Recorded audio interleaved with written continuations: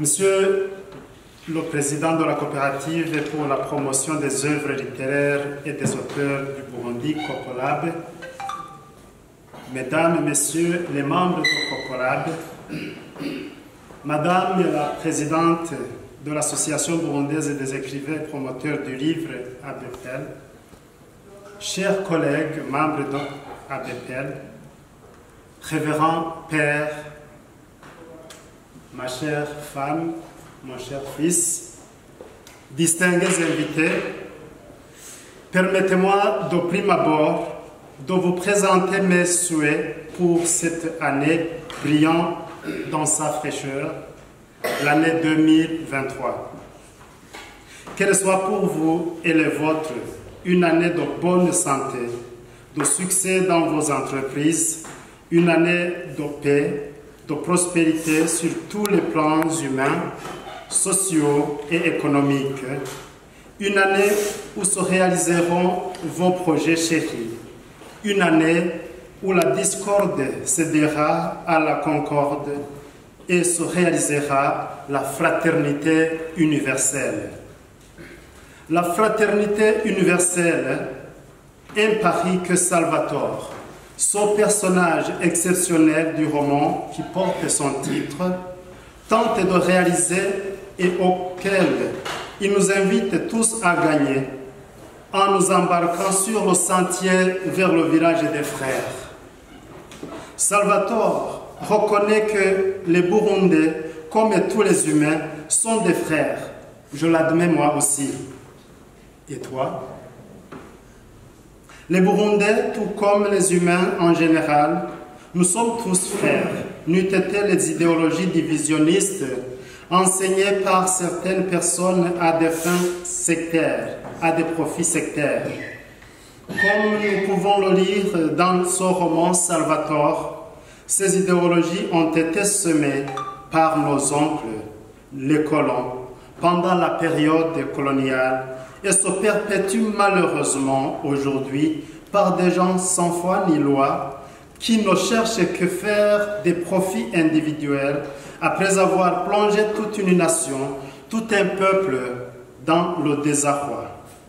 Salvatore se veut donc une antithèse à cette pratique honteuse en prônant l'accueil mutuel dans nos différences qui ne sont que source d'harmonie, tellement Dieu l'a voulu et y tient encore et pour toujours. Salvatore, sur le sentier vers le village des frères, a été qualifié par notre éditeur de roman historique. En effet, il est très bien cadré dans le temps et dans l'histoire du Burundi. De par son premier chapitre, le roman s'ouvre sur cette phrase. C'était le premier jour de la semaine, le 25 du mois d'octobre de l'an 1993. Ce mois fatidique pour le peuple burundais ne peut laisser personne indifférent.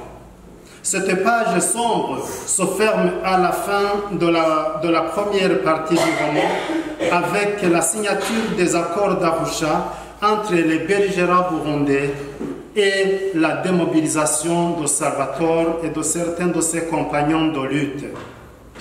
Ainsi, la deuxième partie s'ouvre avec un air de joie, avec le retour en famille de Salvatore et de certains de ses compagnons de lutte. Nous retrouvons le paroxysme de l'amour de Salvatore pour son peuple à travers son mariage avec Mireille, symbole de la réconciliation et la réunification entre le peuple burundais à travers la réconciliation de sa famille et celle de son adorable Mireille. Un objectif pour lequel l'auteur a tant milité et milite encore aujourd'hui à travers ses personnages fictifs. À travers son roman Salvatore, l'auteur fait le décryptage de la crise qu'a connue le Burundi à partir des années 1993 jusqu'au lendemain des accords d'Arusha, lesquels accords ont semblé ouvrir une nouvelle page sur la vie politico-sociale du Burundi. L'auteur de Salvatore associe la crise de 1993 à l'échec de l'unité du peuple burundais.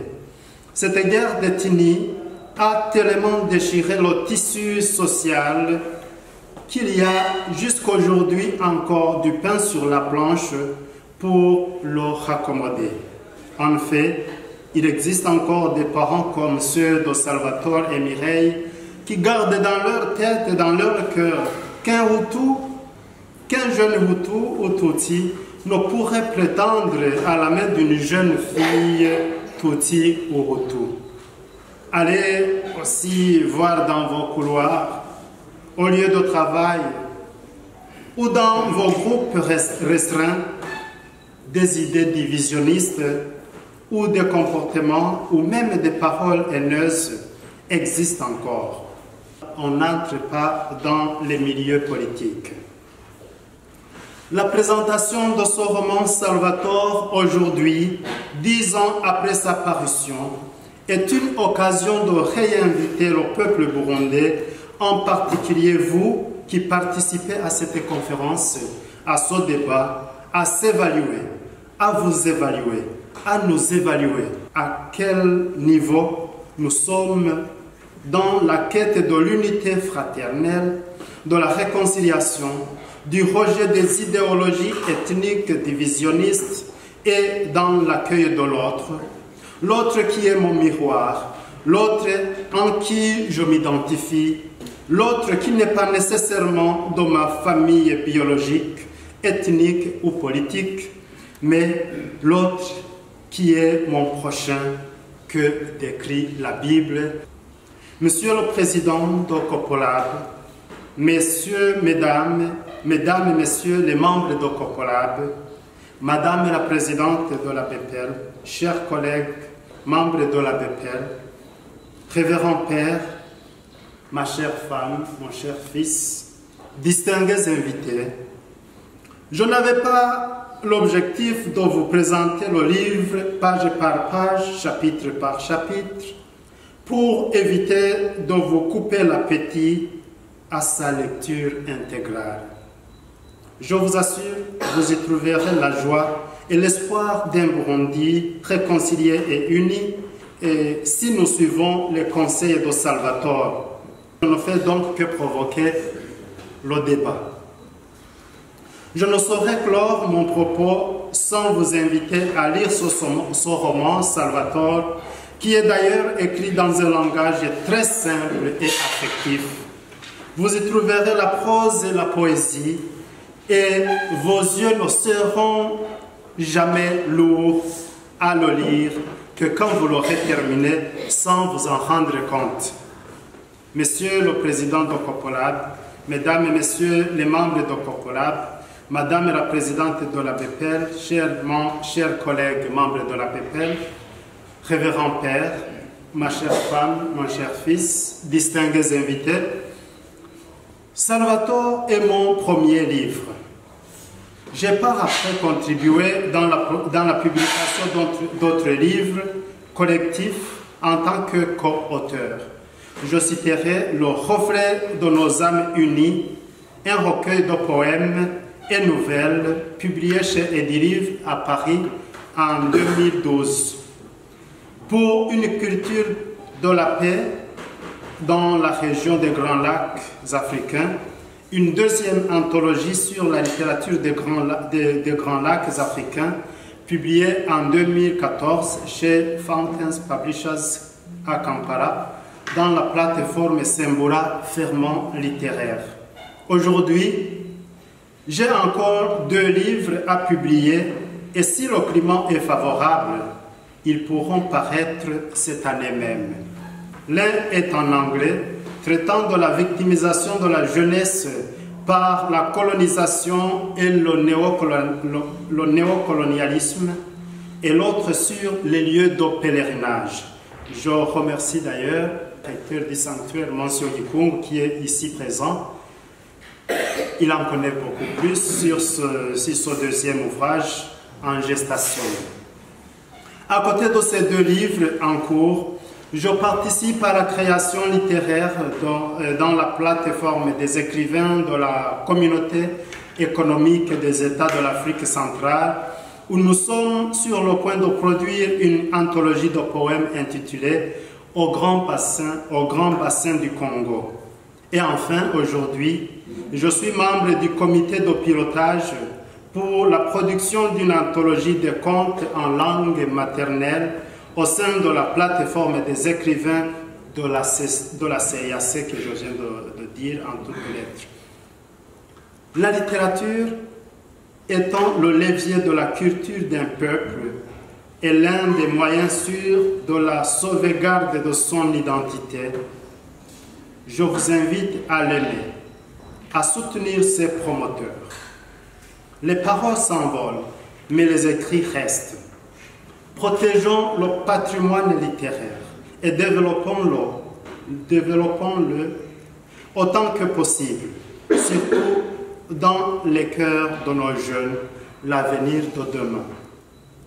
Et si le gouvernement pouvait mettre en place une politique de soutien aux créateurs littéraires, et surtout dans la mise en place d'une maison d'édition nationale et bien équipée en ressources humaines et matérielles, cela faciliterait la tâche aux écrivains burundais et écrivains vivant au Burundi.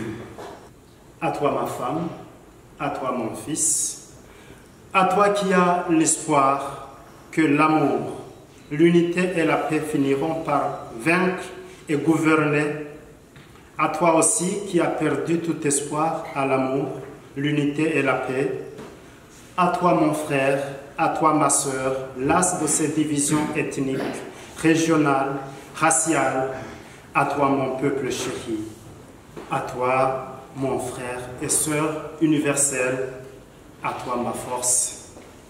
Je dédie ces lignes. Je vous remercie.